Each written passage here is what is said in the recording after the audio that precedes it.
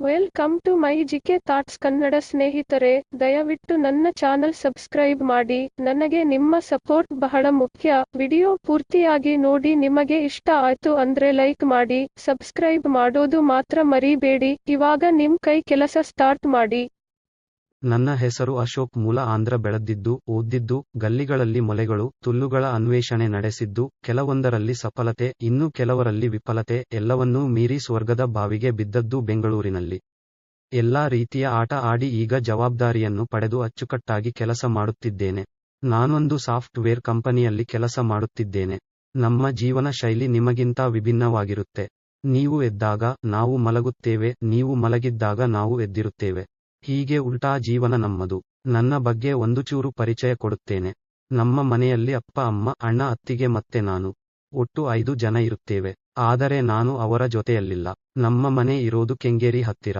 ನನ್ನ ಆಫೀಸು ಇರೋದು ವೈಟ್ಫೀಲ್ಡ್ನಲ್ಲಿ. ನಿಮ್ಮೆಲ್ಲರಿಗೂ ಗೊತ್ತಿರುವ ಹಾಗೆ ಬೆಂಗಳೂರಿನ ಟ್ರಾಫಿಕ್ ನಲ್ಲಿ ನಮ್ಮ ಅರ್ಧದಷ್ಟು ಜೀವನ ಸವೆಸಬೇಕು. ಅದರಲ್ಲಿ ನನ್ನದು ನೈಟ್ ಶಿಫ್ಟ್ ಬೇರೆ. ಹೀಗೆ ಒದ್ದಾಡಿಕೊಂಡು ಕೆಲಸ ಮಾಡೋದನ್ನ ನನ್ನ ಅತ್ತಿಗೆಗೆ ಸಹಿಸಿಕೊಳ್ಳೋಕೆ ಆಗದೆ ಒಂದು ಒಳ್ಳೆಯ ಉಪಾಯ ಕೊಟ್ಟರು. ಅದೇನೆಂದರೆ, ನಾನು ಆಫೀಸಿನ ಹತ್ತಿರವೇ ಒಂದು ರೂಮ್ ಮಾಡಿಕೊಂಡು ಅಲ್ಲೇ ಉಳಿದುಕೋ, ಆಗ ನಿನಗೆ ಈ ರೀತಿ ಕಷ್ಟ ತಪ್ಪುತ್ತೆ ಅಂತ. ನನಗೂ ಸರಿ ಅನಿಸಿತು. ಹಾಗಾಗಿ ನಾನು ಮಾರತ್ತಹಳ್ಳಿಯಲ್ಲಿ ಒಂದು ರೂಮ್ ಬಾಡಿಗೆಗೆ ಪಡೆದುಕೊಂಡೆ. ಇಲ್ಲಿಂದ ನನ್ನ ಹೊಸ ಜೀವನ ಶುರುವಾಯ್ತು. ನಾನು ಬಾಡಿಗೆ ರೂಮ್ ಪಡೆದುಕೊಂಡ ಓನರ್ ಮನೆ ಕೆಳಗೆ ಇತ್ತು. ಓನರ್ ಮನೆಯಲ್ಲಿ ವಯಸ್ಸಾದ ಅಪ್ಪ, ಅಮ್ಮ, ಮಗ, ಹೆಂಡತಿ, ಮಗಳು ಇದ್ದರು. ನಿಮಗೆಲ್ಲ ಪರಿಚಯ ಮಾಡಿಕೊಡಬೇಕಾದ ಈ ಕಥೆಯ ನಾಯಕಿ ಆ ವಯಸ್ಸಾದ ಅಪ್ಪ ಅಮ್ಮನ ಮುದ್ದಿನ ಸೊಸೆ, ಅಂದರೆ ಮಗನ ಹೆಂಡತಿ, ಅದೂ ಒಂದು ಮಗುವಿನ ತಾಯಿ. ಅವಳೇ ಲೀಲಾ. ಲೀಲಾಳ ವಯಸ್ಸು 34. ಅವಳ ಗಂಡನಿಗಿಂತ 8 ವರ್ಷ ಚಿಕ್ಕವಳು. ಅವಳಿಗೆ 6 ವರ್ಷದ ಮಗಳಿದ್ದಾಳೆ. ಲೀಲಾ ನೋಡೋಕೆ ತುಂಬಾ ಚೆನ್ನಾಗಿ ಇಲ್ಲವಾದರೂ ಲಕ್ಷಣವಾಗಿದ್ದಾಳೆ. ಆದರೆ ಅವಳ ತಿಕಗಳು ಮಾತ್ರ ಸ್ವಲ್ಪ ದೊಡ್ಡದೇ. ಮೊದಲು ನಾನು ಬಾಡಿಗೆಗೆ ಬಂದಾಗ ಯಾರೂ ನನ್ನ ಅಷ್ಟಾಗಿ ಮಾತಾಡಿಸುತ್ತಿರಲಿಲ್ಲ. ಹೋಗುವಾಗ ಬರುವಾಗ ವಯಸ್ಸಾದ ಅಂಕಲ್ನ ಆಗಾಗ್ಗೆ ಮಾತಾಡಿಸುತ್ತಿದ್ದೆ. ಅವರು ಒಂದು ಹಾಯ್ ಅಂದರೆ ಕನಿಷ್ಠವಾದರೂ ಅರ್ಧ ಗಂಟೆ ಕೊರೆಯುತ್ತಿದ್ದರು. ಆದರೂ ಅವರೇ ನನಗೆ ಗತಿ. ಅವರ ಮಗ ಬೆಳಗ್ಗೆ ಯಾವಾಗ ಹೋಗುತ್ತಿದ್ದರೋ, ಯಾವಾಗ ಬರುತ್ತಿದ್ದರೋ ನಾನು ನೋಡಿದ್ದು ತುಂಬಾ ಕಡಿಮೆ. ಇನ್ನು ವಯಸ್ಸಾದ ಆಂಟಿ ಆಚೆನೆ ಬರ್ತಾ ಇರಲಿಲ್ಲ. ಆದರೆ ಅವಾಗವಾಗ ಲೀಲಾ ಮಾತ್ರ ಮೇಲೆ ಬಟ್ಟೆಗಳನ್ನ ಒಣಹಾಕಲು ಮೇಲೆ ಬರುತ್ತಿದ್ದಳು. ಹಾಗಾಗಿ ಅವಳನ್ನ ನೋಡುತ್ತಿದ್ದೆ, ಆದರೆ ಮಾತಾಡುತ್ತಿರಲಿಲ್ಲ.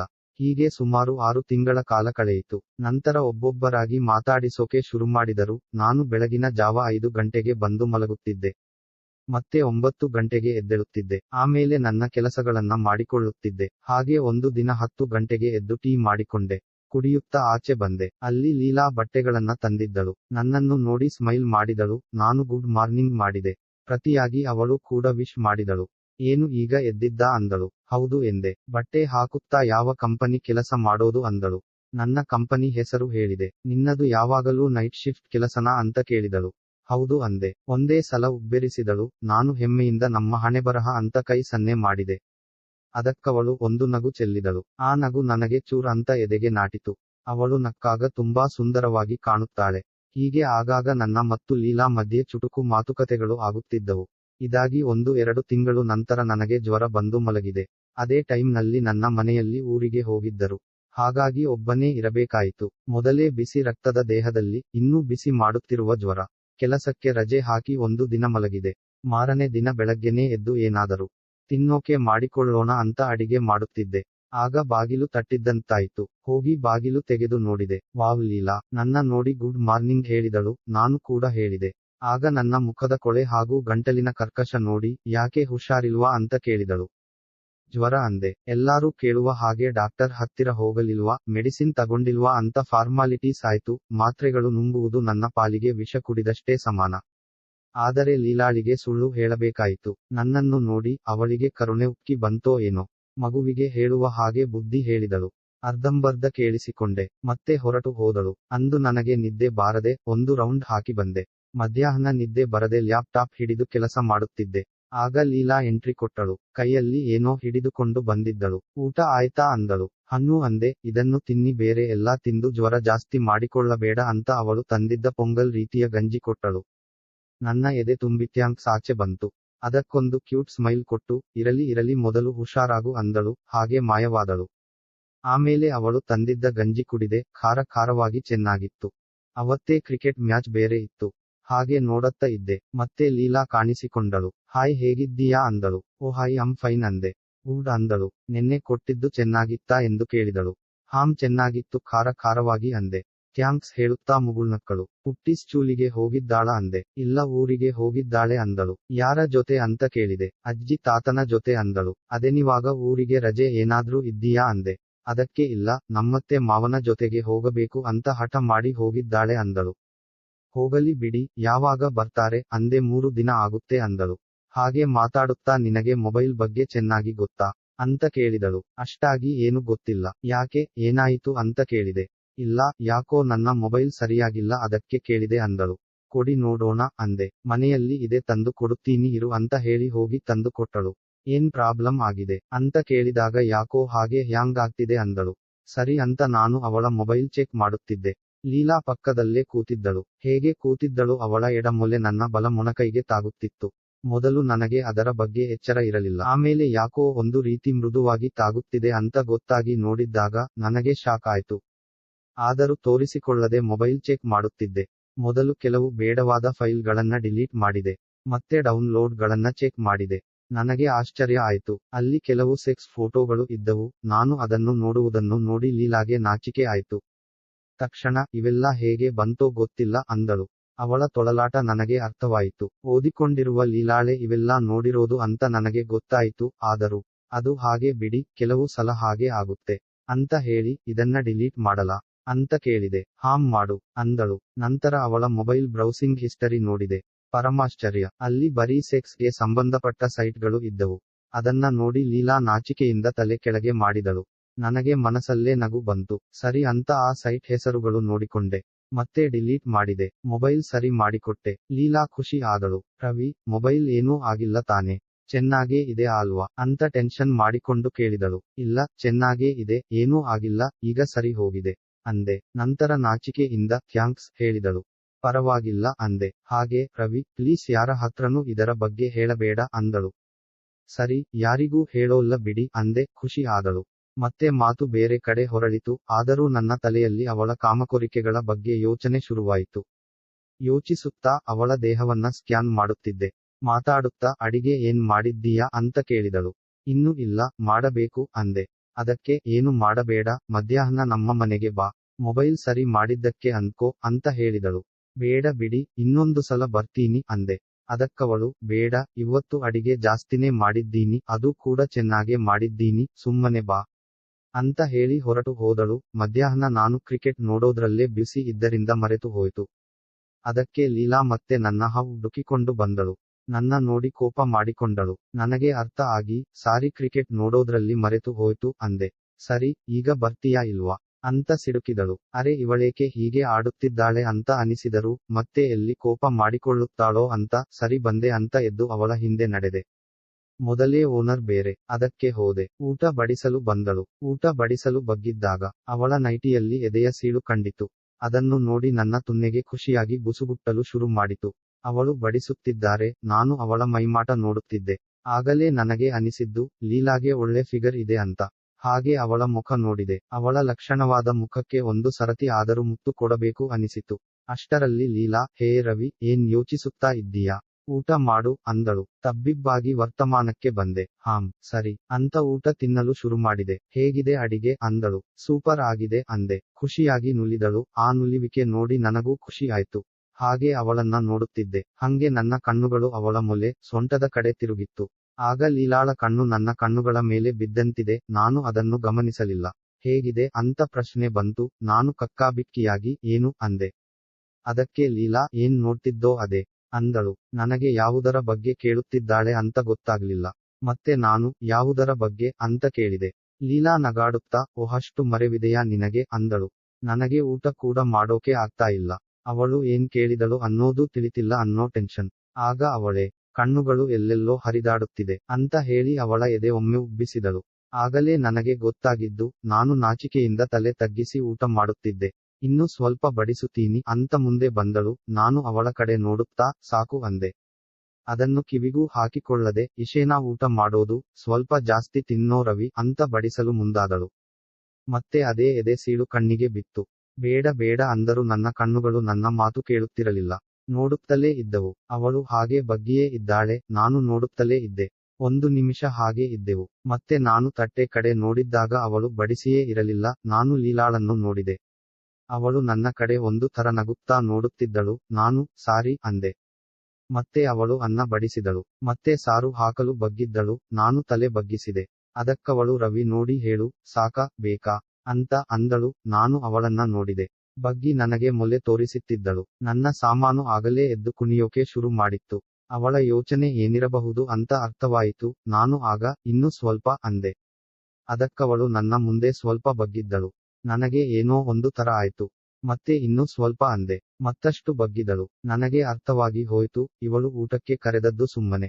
ನಿಜವಾದ ಊಟ ಬೇರೇನೆ ಅಂತ. ಆಗ ಸಾಕು ಅಂದೆ. ಅವಳು ಸ್ವಲ್ಪ ಸಾರು ಹಾಕಿ ನೆಟ್ಟಗೆ ನಿಂತು ನನ್ನ ನೋಡುತ್ತಾ, ಸ್ಮೈಲ್ ಮಾಡುತ್ತಾ, ಹಲ್ಲು ಕಿರಿಯುತ್ತಾ ನಿಂತಳು. ನನಗೆ ಊಟ ಮಾಡಿ ಮುಗಿಸುವುದು ಕಷ್ಟವೆನಿಸಿತು. ಯಾಕೆ ಅಂದರೆ, ಬೇರೆ ಊಟಕ್ಕೆ ಸಮಯವಾಗಿತ್ತು. ಗಡಿಬಿಡಿಯಲ್ಲಿ ತಿಂದು ತಟ್ಟೆ ಖಾಲಿ ಮಾಡಿದೆ. ಕೈ ತೊಳೆದುಕೊಳ್ಳಲು ಅಡಿಗೆ ಮನೆಗೆ ಹೋಗಬೇಕಾಯಿತು. ಎದ್ದು ಟೇಬಲ್ ಇಂದ ಆಚೆ ಬಂದೆ. ಲೀಲಾಳ ನಗು ಜಾಸ್ತಿ ಆಯ್ತು. ಯಾಕೆ ಅನ್ನೋ ಹಾಗೆ ಮುಖದ ಭಾವ ಮಾಡಿದೆ. ಅದಕ್ಕವಳು ನಗುತ್ತಲೇ ಕೆಳಗೆ ನೋಡಿದಳು. ಏನಿದೆ ಅಂತ ನಾನು ಕೂಡ ಕೆಳಗೆ ನೋಡಿದೆ. ನನ್ನ ನೈಟ್ ಪ್ಯಾಂಟ್ ನಲ್ಲಿ ನನ್ನ ತುನ್ನೆ ನಿಗುರಿ, ಉಬ್ಬು ಬಂದಿದೆ. ಅದನ್ನು ನೋಡಿ ಲೀಲಾ ನಗಾಡುತ್ತಿದ್ದಳು. ನಾನು ನಾಚಿಕೆಯಿಂದ ಹೋಗಿ ಕೈ ತೊಳೆದು ಬಂದೆ. ಒರೆಸಿಕೊಳ್ಳಲು ಟವಲ್ ತಂದು ಕೊಟ್ಟಳು. ಕೊಡುವಾಗ ತೀರಾ ಹತ್ತಿರದಲ್ಲಿ ನಿಂತಿದ್ದಳು. ಆಗ ಅವಳ ಬಾಡಿ ಸೆಂಟ್ ನನ್ನ ಮೂಗಿಗೆ ಬಡಿಯಿತು. ಘಮ್ ಅಂತ ಇತ್ತು ಅವಳ ಸುವಾಸನೆ. ಹಾಗೆ ಟವಲ್ ಕೊಟ್ಟು ವಾಪಸ್ ತಿರುಗುವಾಗ ಅವಳ ಎಡಕೈ ನನ್ನ ತುನ್ನೆಗೆ ತಾಗಿಸಿ ನಡೆದಳು.